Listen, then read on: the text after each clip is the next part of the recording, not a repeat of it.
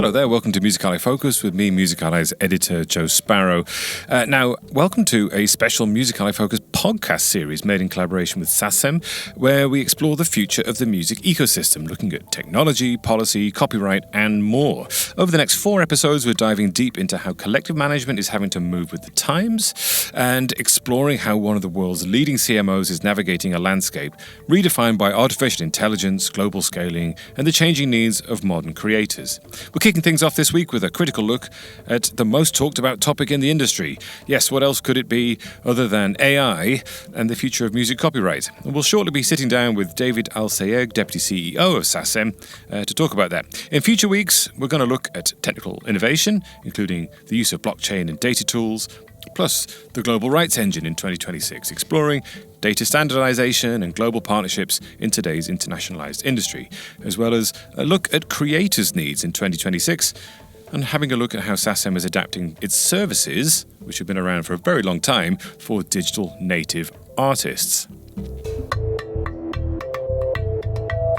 So generative AI is no longer a futuristic concept. It's a fundamental and normalized tool in today's creative process. But as the amount of AI-generated content increases, so do the complexities of the accompanying musical rights and how that system works. So I spoke to David El Sayegh, Deputy CEO of Sacem, to discuss how the organization is defining the future of copyright in this AI-inflected world. We'll explore Sacem's approach to the AI revolution, from building a shared understanding of policy to the practical technologies being tested in their Sacem lab to protect human creativity and ensure that fair revenue exists in this new landscape. We'll also talk about Sacem's official stance on AI training models, how they're protecting the notion of human creativity in this complex world, and the new technologies that are being developed to ensure that creators are fairly compensated. Well, I'm very happy to welcome David El Sayegh, who is Sacem's Deputy CEO, here to talk about AI and the future of music copyright and Sacem's role in all of that. David, nice to see you. Nice to see you too, and thank you for the invitation. I'm very happy to have you here. Now, in this episode, we wanted to talk about the strategic approach that Sacem is taking to this. Well, we're either in the middle of this AI revolution or it's already happened. It's difficult to tell. But we want to talk about the policy, the idea of human creativity amongst all this technology, the opportunities that this technology is bringing, as well as the threats. Before we get into that, can you just tell us who you are and what you do every day at Sacem?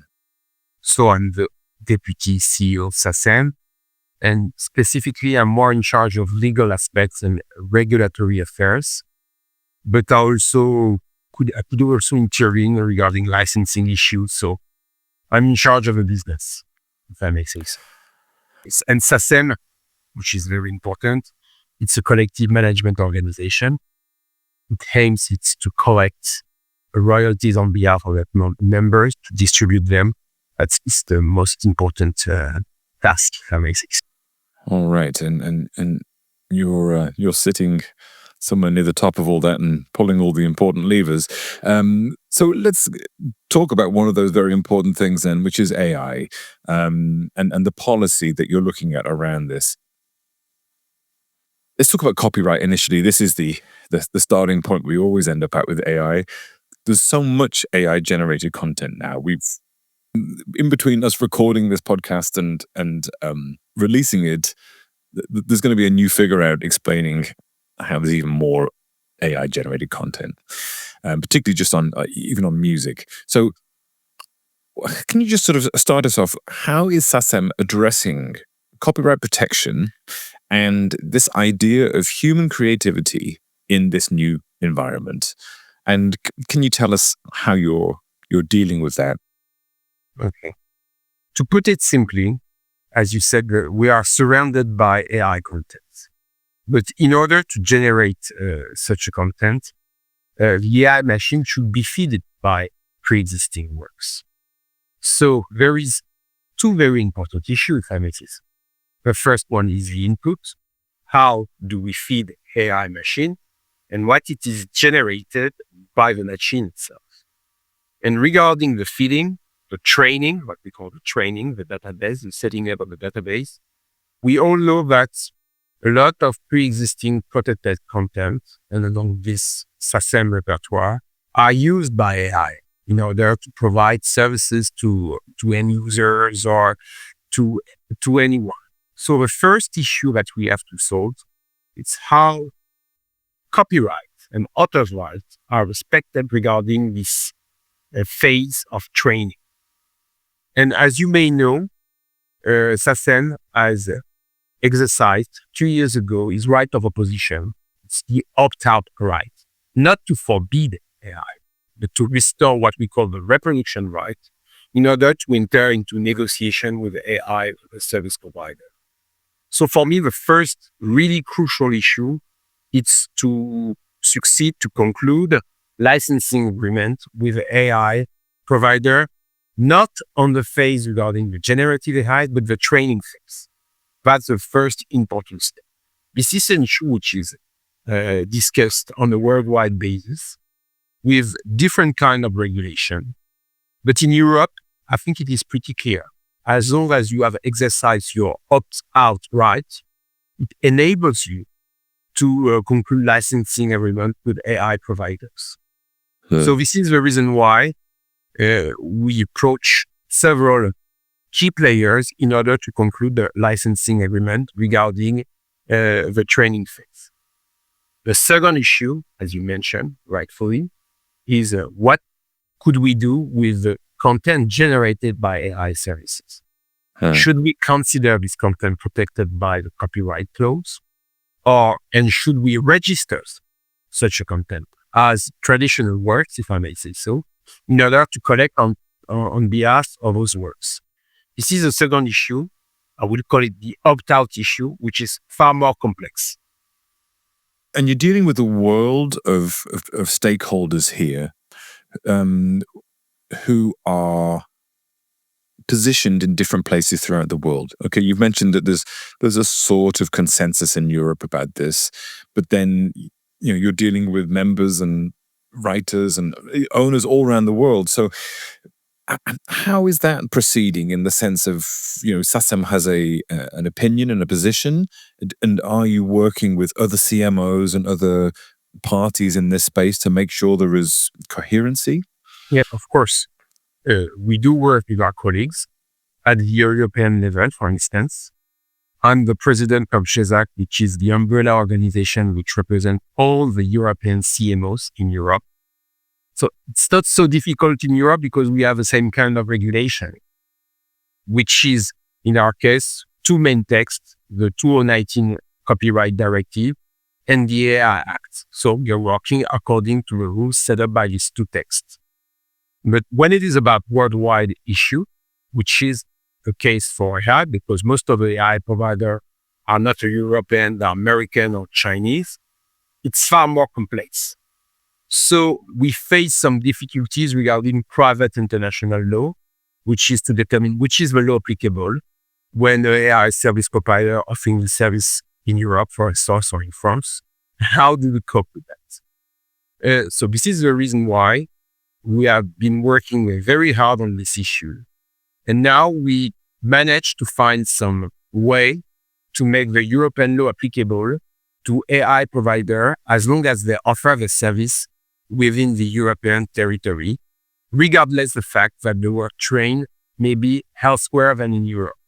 That's the first most important point, to determine which law could be applicable to certain activities. If you have succeeded to make the European law applicable, because in the US it might be different, then the question is which rights are involved among the activities carried out by AI providers. We all know that the training phase trigger what we call the reproduction rights, because content are stored, are data mined, and are feeding the data set of AI provider. This is pretty clear according to all the explanation, the text which are related to the input phase. What is more complex, in my opinion, is the output. Should we consider the output as protected content? And my answer might be not satisfactory, but I think it is the only one that we could provide, is depends. There is a human factor in the content generated by AI, a human creativity, free choices made by a creative person. I think AI is merely a tool, like sampling or like a different kind of recording. So it works. You could register this work. It could claim for protection by copyright laws, and you could register those contents within the repertoire of each collective society. It's not a problem. What could become more blurry and more difficult is when you have not created on your own by a human being the content, and the machine, if I may say so, took the lead in the generative content. And this is far more complex to determine. So there is a sort of, there's a discussion around drawing the line between humans using AI generative tools as a tool, like you say, like a synthesizer or a sampler, and putting that into their work. But then there is a line between that and purely or vast majority AI generated music. Absolutely. And these questions are not very new. When photographs appear, the question to determine whether or not photos were protected by copyright raised several discussions among specialists. And at the end, you can take a picture without any creative input, or you can be a real artist photographer and provide protected content. So it will depend on the creativity that you have just in the fact of using a machine. But with AI, it's more complicated because AI generate content on its own. And you don't totally and fully control the content generated by an AI service provider. But in my opinion, if you are capable to prove that there is creativity led by a human being, I don't see any reason why we should not protect such a content by copyright law, and we should not consider this content as a protected work. This is very important. But it depends. We cannot provide an absolute answer to several cases on the protection, copyright protection. Yes, and it is this nuanced idea, right? Because as you say, ultimately, we're talking about human beings, and what human beings consider to be creative work is, well, you have to find a consensus and it does go as much on feeling and a social understanding as much as it goes on the laws that are created in the past around that social understanding, I presume. But for clarity then, if we talk about the training side again for a moment, what is Sacem's current standpoint regarding, the ingestion of copyrighted works into these models for training purposes? This is pretty simple. I think those services should seek an authorization from Sacem when it is about its repertoire. The difficulty we face is that we are working in a total opacity. They do not provide us with relevant information in order to determine whether or not some of our works were used by AI. So it's up to us to detect the ingestions of our repertoire of our works. And they do not disclose anything. We can't see. That's the difference between AI and YouTube, for instance. If your work is used by YouTube, you can see it easily. Maybe you will face some difficulties in order to negotiate, liability difficulties.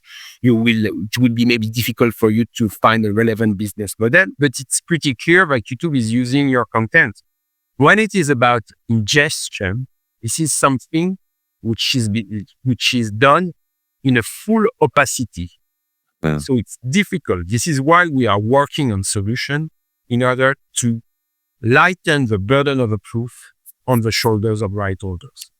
So, right. So, for instance, in France, we are talking about policy. We are advocating for a draft bill which put in place a sort of rebuttable presumption, which enable us to consider that as long as AI service provider provide cultural content, music, images, they should be considered as using our works. So they will have to demonstrate. The burden of proof is inverse. They have to demonstrate that they didn't use our content. Yeah. That's our principal aim today. And we are really working at the French level and also at the European level in order to establish such rebuttable presumption.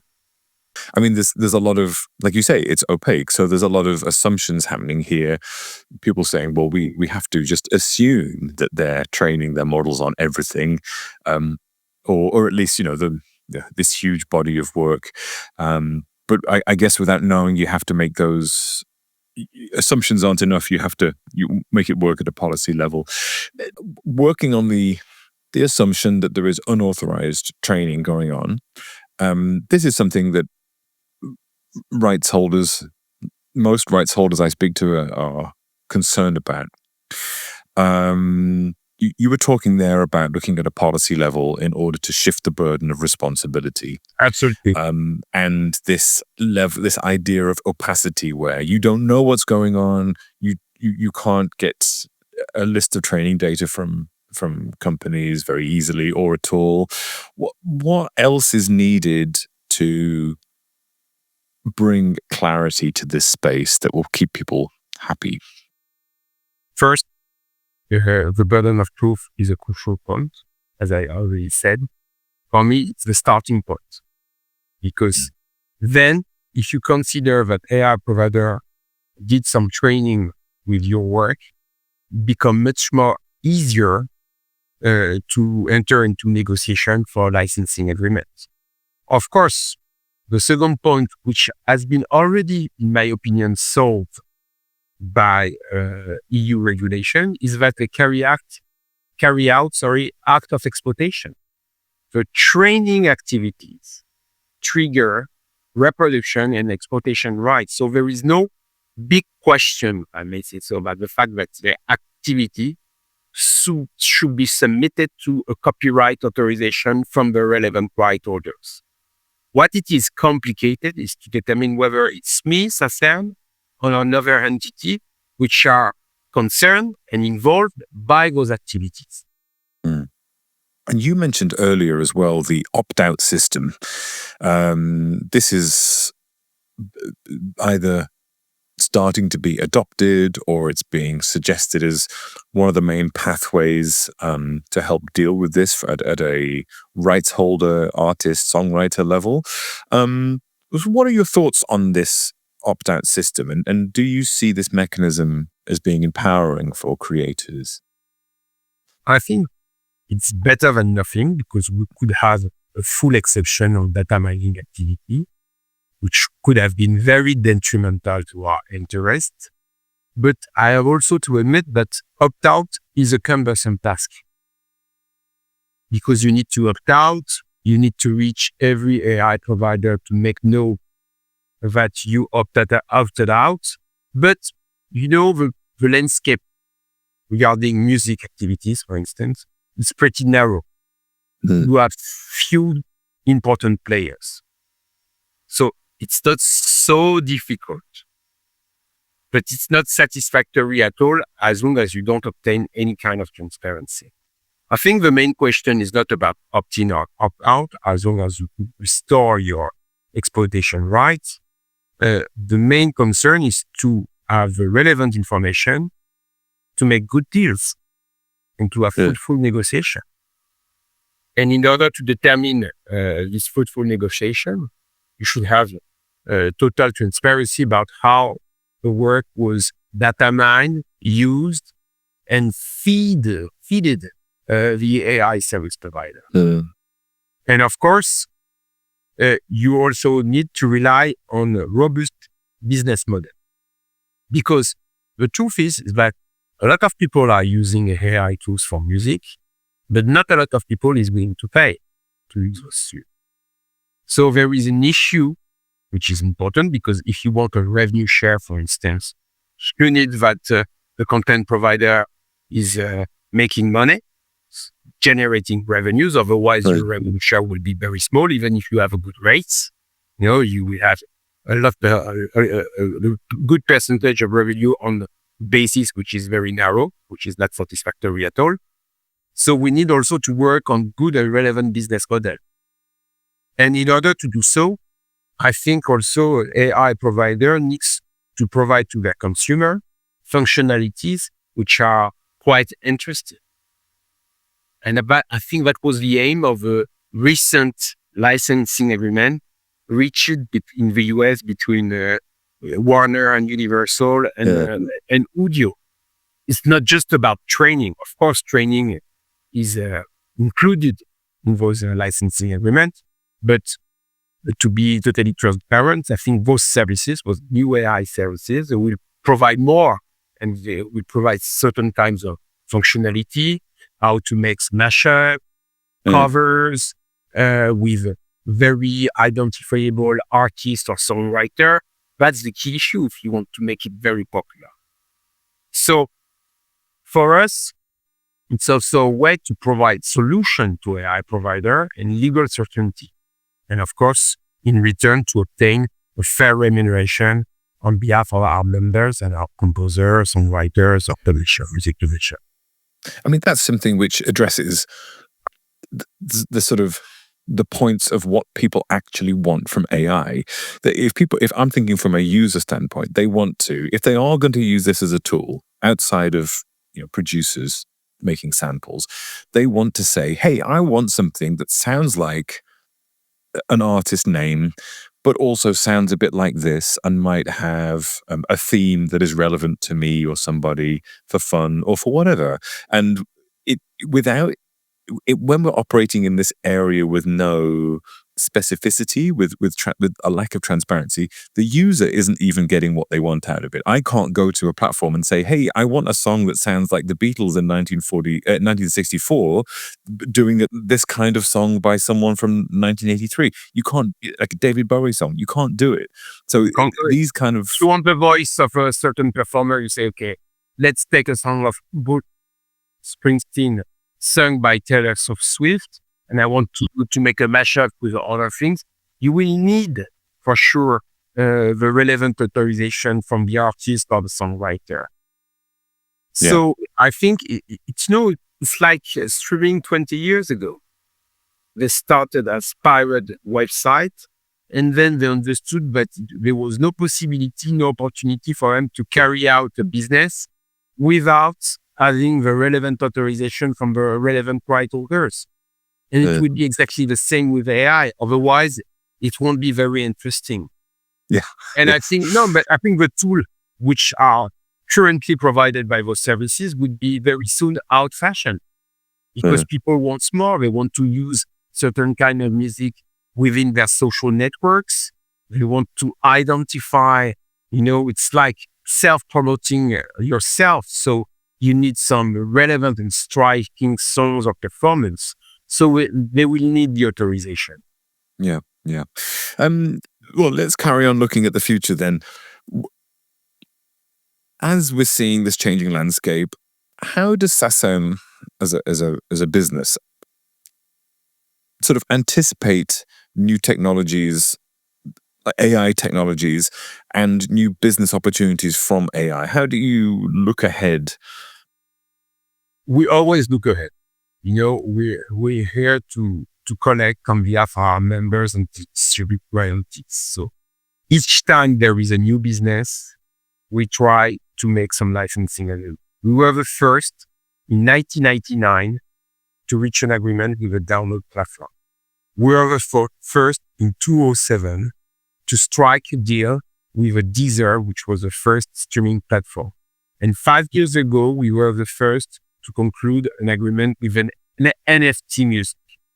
Right. NFT didn't work from a commercial standpoint. It was not successful. We were there.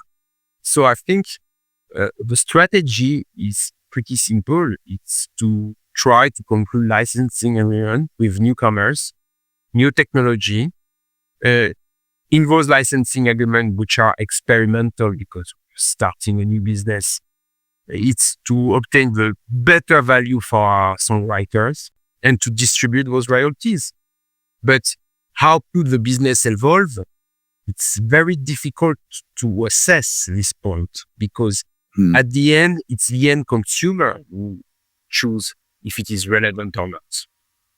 Technology could provide you with a lot of things, but success is pretty narrow. And we also understood regarding online business is that the winner takes all.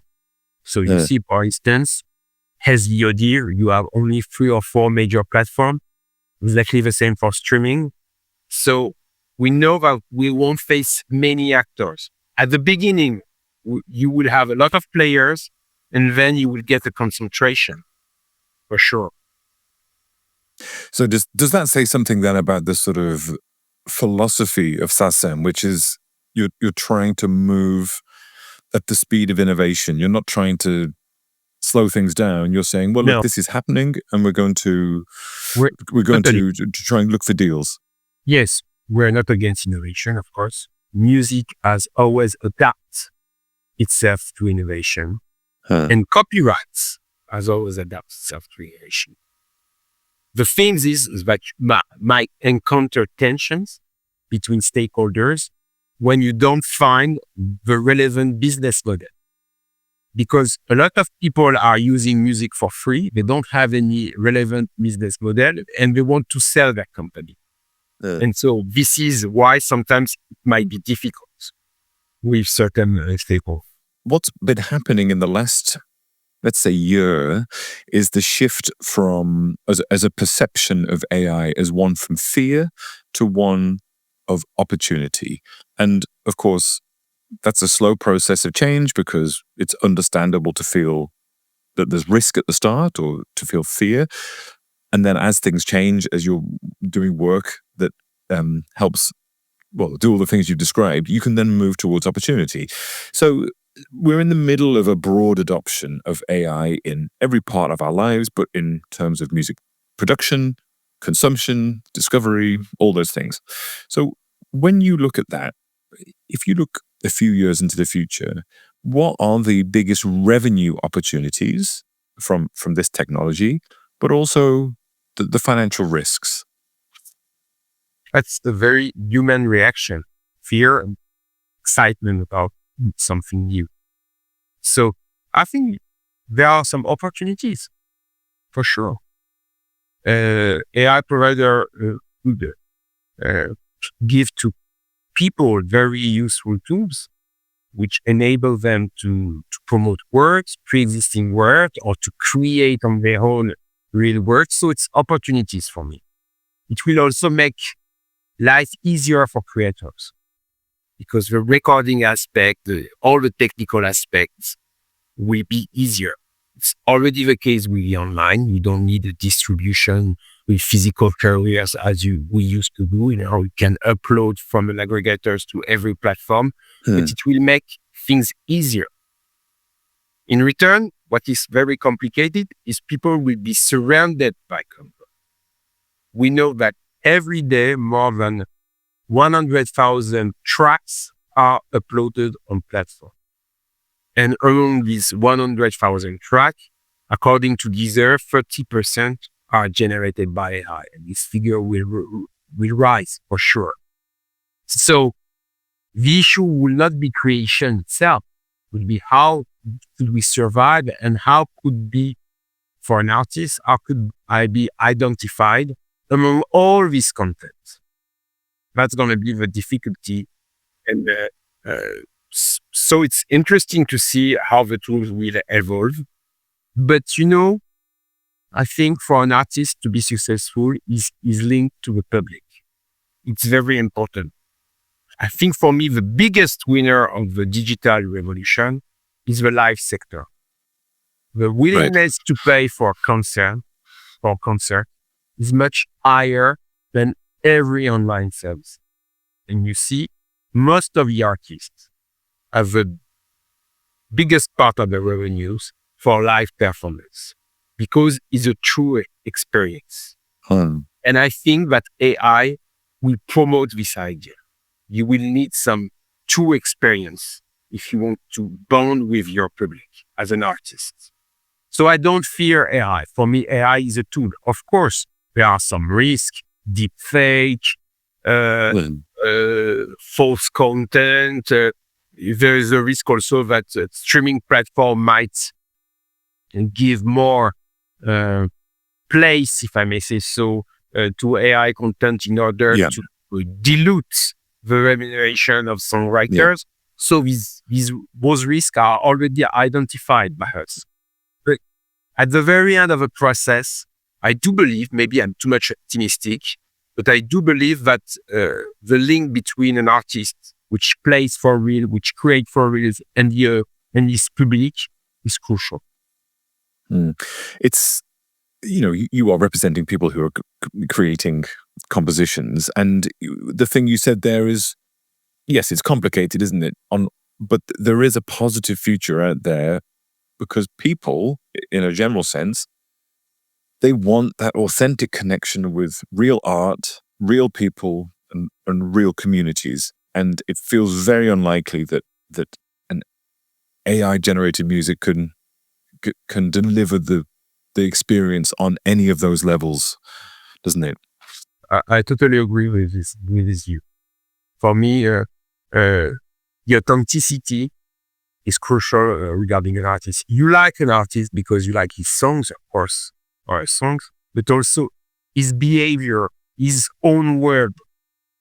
It's not, and we always say you listen to music with your eyes, of course, because it's not just only about music. It's music, but it's everything around you. Of course, first of all, the most important thing is good songs or good creative works. Then you have the performance. Then you have all the things around the artist. So for me, AI won't destroy that thing. It will make maybe things easier for artists, sometimes more difficult, and maybe we need more transparency for the end consumer given by the platform. I think we should work with the platform on information, relevant information about the fact that it is made with AI or not made with AI. It's like food when you buy in store. Sorry for the comparison, but you want to know if it is made with organic things or not.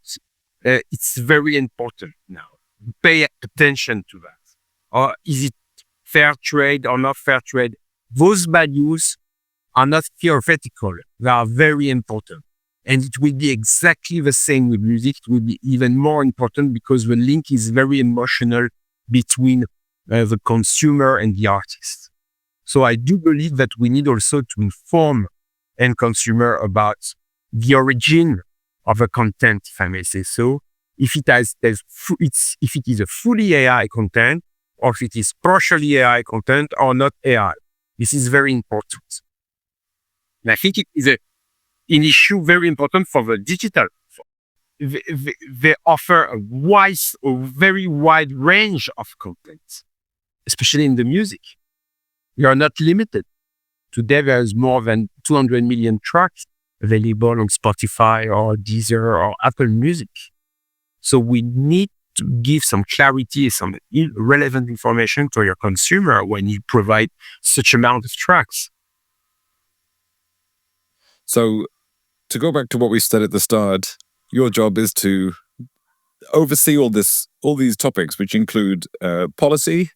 They include working with other CMOs in the space, persuading AI companies to be more transparent, and then also trying to persuade the providers of music to be more transparent on where it comes from. That's a lot on your plate, isn't it? That's to go back to the food analogy. Yes, but it's a business. Yes. And we're not alone. There are many stakeholders involved in that process. We have to work with the publishers, we have to work with the labels, we have to work with the platform. And I think it is very important to maintain, if I may say so, certain values. Because at the end, it's the public, the consumer who decide. So we should not cheat on them. It's impossible for me to say, okay, let's say this artist is a real one. And in fact, we discovered that it's a fake one. It's a deep fake. It will be very dangerous for platform, for the business itself, to provide to people ghost artists, non-existing artists. Mm-hmm. It will go against them, against everyone. So we really need to tackle those issues and to find some common grounds in order to maintain human creativity. Well, it certainly sounds like it taps it. That is what people want. They want to know. It's ethical, but it's not only ethical. It's also a business issue. Well, there you go. I mean, that's, it must be an exciting time to be in your position. This is a lot of stuff for you to do, but you're getting to shape one of the very fundamental areas of consumption and enjoyment of art, and that's certainly something that'll keep you busy all day. Very interesting, and as you know, future is always unpredictable. So Yes. That's the problem with future. It's very difficult to predict. But anyway, we have seen the internet. I'm old enough to have faced those issues before, and we found some solution. And I'm pretty confident about the fact that we'll find also solution there, even though it's a very important change. It's not just a new technology.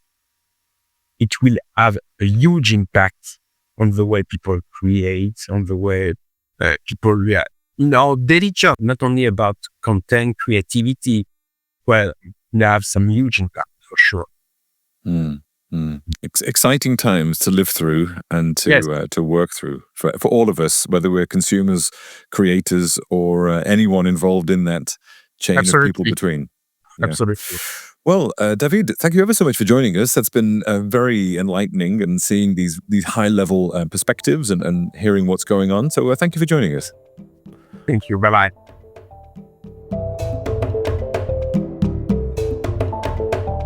Okay, that's it. You will find links to everything we discussed below and around this podcast. And as well, don't forget that this is one of 4 in the series, and you should be able to hop around your podcast player and find the other episodes. We'll put links to that too beneath the podcast. If you've enjoyed that, please do share it on with someone else who you think will get something out of it. And as ever, if you'd like to get in touch with me, please do. I'd love to hear from you. It's Joe, Joe, @musically.com. Okay, so that's it for this week. I've been me, you have been you. Thanks for joining us, and see you next time.